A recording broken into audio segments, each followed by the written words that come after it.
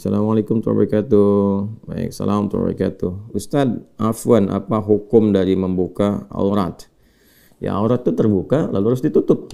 Ya, aurat itu terbuka, aurat itu sesuatu yang terbuka, yang tidak nyaman untuk disaksikan, tidak nyaman untuk dilihat.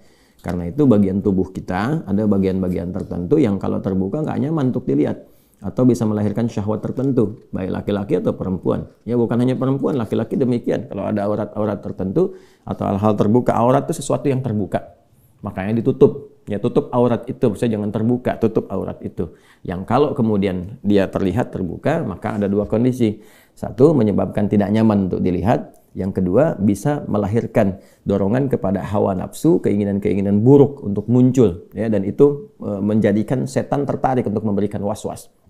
Ya, baik di laki-laki ataupun di perempuan. Nah, nanti ada batasan-batasan. Ya, apa batasan-batasan untuk laki-laki? Misalnya kan ada batasan-batasan tertentu. Taruhlah misalnya kalau kita perhatikan termasuk dari hadis-hadis Nabi Muhammad SAW yang dihimpun oleh para ulama kita, baik yang kemudian dari batasan perut sampai dengan ke lutut, itu kan, itu yang ditutup, itu kan yang paling standar. Ya, yang paling standar artinya bagian-bagian di luar itu pun kalau kita kemudian memenuhi itu semua dengan bisa menutupnya, tutup. Ya, tapi ada bagian-bagian yang tidak perlu ditutup untuk membedakan dengan perempuan.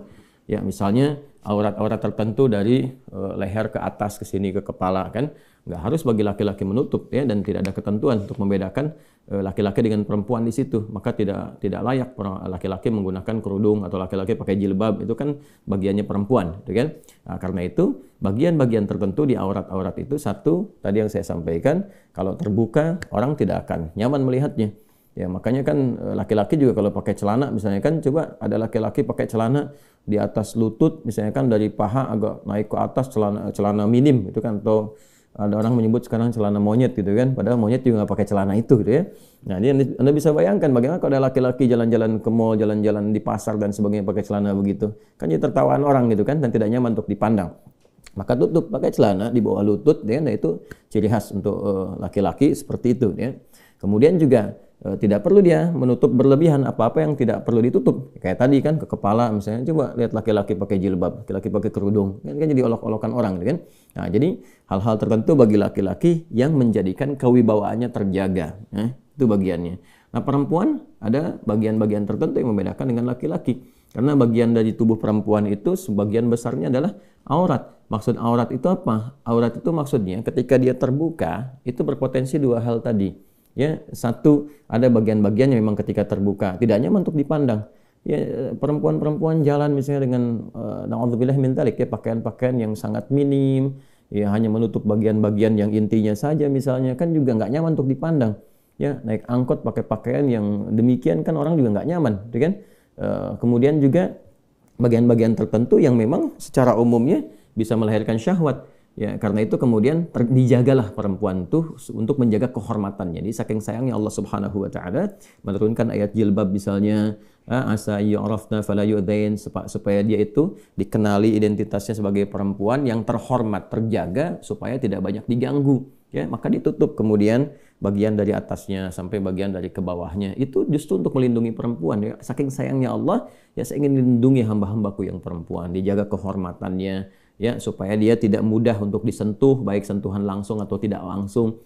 Orang kan sentuhan langsung ya bisa dengan sentuhan-sentuhan bagian tubuh, tidak langsung tuh dengan perasaan-perasaan tertentu yang secara tidak terhormat itu bisa terjadi, gitu.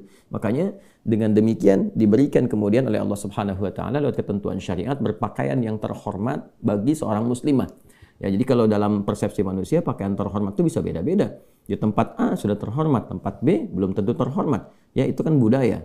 Tapi dalam Islam Allah memberikan satu gambaran, satu spesifikasi. Ini loh yang ketentuan Allah mengatakan terhormat di hadapan Allah Subhanahu wa taala. Karena Allah Maha tahu bagaimana seseorang itu bisa menghormati orang lain. Ya, dengan pakaian apa seorang perempuan dipandang terhormat oleh perempuan yang lainnya atau juga oleh laki-laki yang berinteraksi dengan dia. Nah, Allah itu sampai tahu, kan, Maha tahu keisi hatinya, Maha tahu kefikirannya. Jangan-jangan kita diperlakukan sebagai orang yang terhormat, Anda perempuan dipandang terhormat, dia senyum dan sebagainya, tapi dalam hatinya kan nggak tahu rencana dia apa, melihat Anda seperti apa, Anda berpenampilan bagaimana. Karena itulah datang syariat memberikan kemudian perlindungan kepada perempuan dan menjaga status terhormatnya. Ini yang ditutup, ini yang dijaga, ini yang boleh terbuka. ini ya bagian wajah depan, ini ya yang bagian telapak tangannya misalnya, atau bagian telapak tangan yang baik ke punggung ataupun bagian bawahnya ada ikhtilaf sedikit di sini ya saat berinteraksi dengan orang lain yang bukan mahramnya. Kalau berinteraksi dengan mahramnya, ini batasan-batasannya. Ya, ini yang boleh dibuka, misalnya bagian atasnya terbuka atau bagian tangan dengan batasan tertentu, ya kan? Nah, ini adalah apa yang diturunkan oleh syariat, ditetapkan oleh Allah dan Rasulnya. Sekali lagi, untuk menjaga kehormatan hambanya baik laki-laki atau perempuan. Dan yang kedua adalah ini untuk melindungi. Ya, melindungi dari tindakan-tindakan yang melecehkan. Kan kita tadi sekali lagi tidak tahu. Kita pertama tidak bisa mengidentifikasi dan memastikan pikiran seseorang seperti apa dan keadaan hatinya bagaimana. Ya kan? Kadang-kadang sudah pakai pakaian yang menurut orang terhormat pun sudah cukup menjaga. Ternyata kan masih ada niat-niat yang kurang bagus karena ada celah-celah. Ingat, niat itu kan karena ada peluang. Ya, jadi jangan Anda simpulkan, ada orang-orang mengatakan, wah tetap aja kalau kita pakai pakaian syar'i ini pun kalau ada niat jahat tetap dilakukan. Niat jahat itu terjadi karena ada peluang. Jadi berpikirnya yang benar, yang sehat, yang rasional.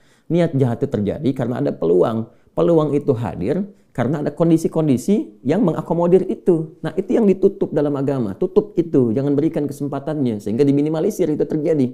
Ya. Nah, itu yang dimaksudkan dalam ketentuan syariat.